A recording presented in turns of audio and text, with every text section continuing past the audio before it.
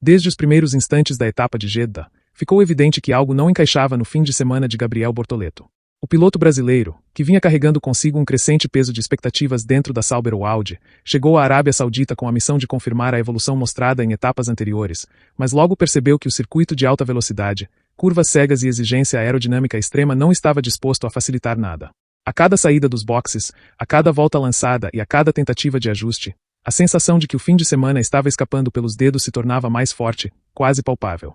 Não havia um único setor da pista em que o carro parecesse verdadeiramente confortável, e o ritmo que todos esperavam simplesmente não aparecia. A frustração começou cedo, ainda nos treinos livres, quando Bortoleto relatou, via rádio, um comportamento instável na traseira em alta velocidade, algo perigoso em um lugar como Jeddah, onde cada curva é uma ameaça e qualquer deslize se transforma num impacto contra um muro. A equipe tentou um ajuste inicial focado na rigidez da suspensão traseira, buscando devolver confiança ao piloto, mas o carro reagiu de forma imprevisível. Nas primeiras voltas rápidas, a Sauber mostrava tendência à perda de aderência nas transições de alta, o que obrigava Bortoleto a contornar vários trechos com menos agressividade do que seus rivais diretos. O problema era que, em Jeddah, ser conservador não é uma opção, é quase uma sentença de perda de posições. Conforme a noite avançava e as temperaturas caíam, a esperança de uma melhora natural no grip não se concretizou. Bortoleto relatava que o carro simplesmente não entrava nas curvas como deveria, e mesmo aquilo que funcionara em etapas passadas, especialmente no segundo setor, onde ele tradicionalmente compensava eventuais deficiências, agora parecia apagado. Era como se o carro tivesse perdido sua identidade e se transformado numa máquina que exigia mais do piloto do que oferecia de volta. Nas telas de telemetria, os engenheiros notavam uma diferença clara nas velocidades de contorno, especialmente nas curvas de alta, onde o ganho aerodinâmico costuma fazer a diferença entre um bom tempo e uma volta apagada. A Sauber ou Audi, que prometia tanto em circuitos de fluxo contínuo, parecia ter encontrado um ponto cego em seu próprio projeto. A tensão aumentava enquanto as comparações internas começavam a aparecer. O ritmo de Bortoleto ficava constantemente atrás do companheiro de equipe, e isso acendeu um alerta vermelho dentro do time. Não se tratava apenas de uma diferença pequena ou de um detalhe circunstancial. Havia algo estrutural afetando o brasileiro.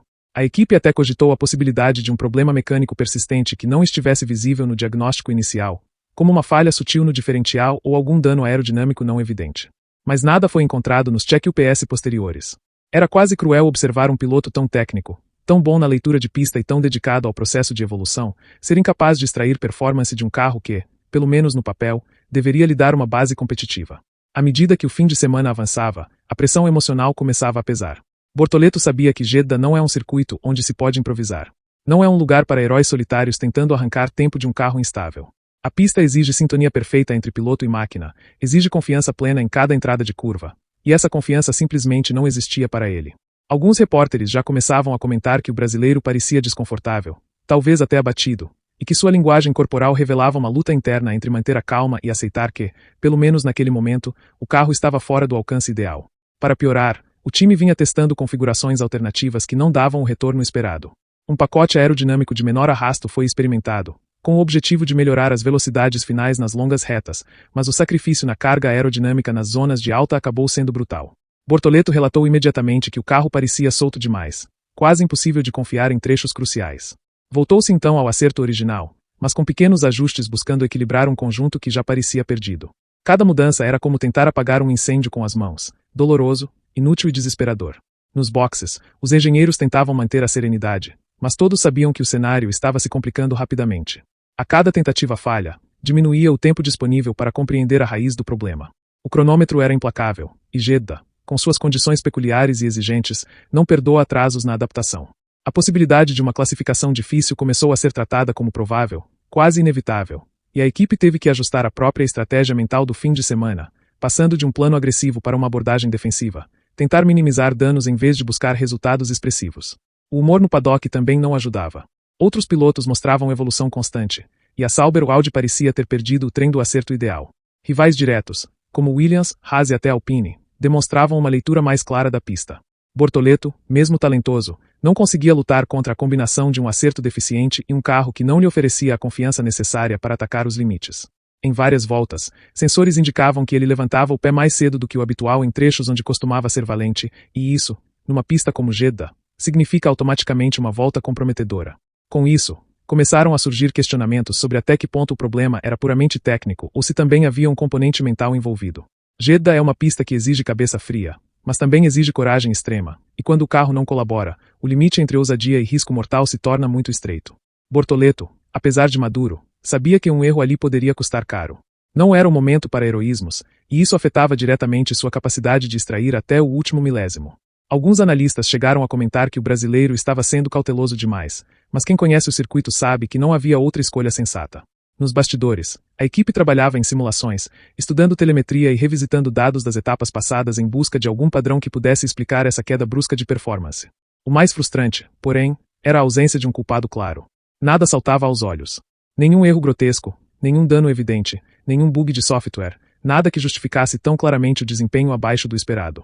Era como se o carro tivesse acordado diferente, com uma personalidade própria. E, naquele fim de semana, uma personalidade difícil, quase hostil. A relação entre equipe e piloto, embora sólida, passava por um teste duro.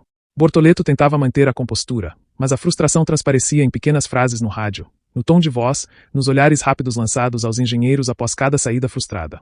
Ele queria mais. A equipe queria mais. A promessa que vinha sendo construída ao longo da temporada parecia escorrer pelos dedos no momento mais delicado. A imprensa brasileira começava a repercutir o mau desempenho, e alguns comentaristas mais impulsivos já iniciavam o discurso da pressão excessiva ou até mesmo expectativa inflada. No entanto, a verdade é bem mais complexa. Jeddah expõe fraquezas, amplifica erros e torna cada décimo perdido uma ferida aberta. E para um piloto ainda consolidando seu espaço na Fórmula 1, um fim de semana difícil pode parecer um mundo desabando. A luta agora é tentar reverter algo que parece irreversível. Ajustes finais serão tentados, medidas desesperadas podem surgir, e o time sabe que a classificação será um divisor de águas. Mas até aqui, Bortoleto simplesmente não encontrou o ritmo, o carro não respondeu, e Jeddah, fria e impiedosa como sempre, mostrou porque é uma das pistas mais cruéis do calendário. O desafio agora é mental, técnico e emocional.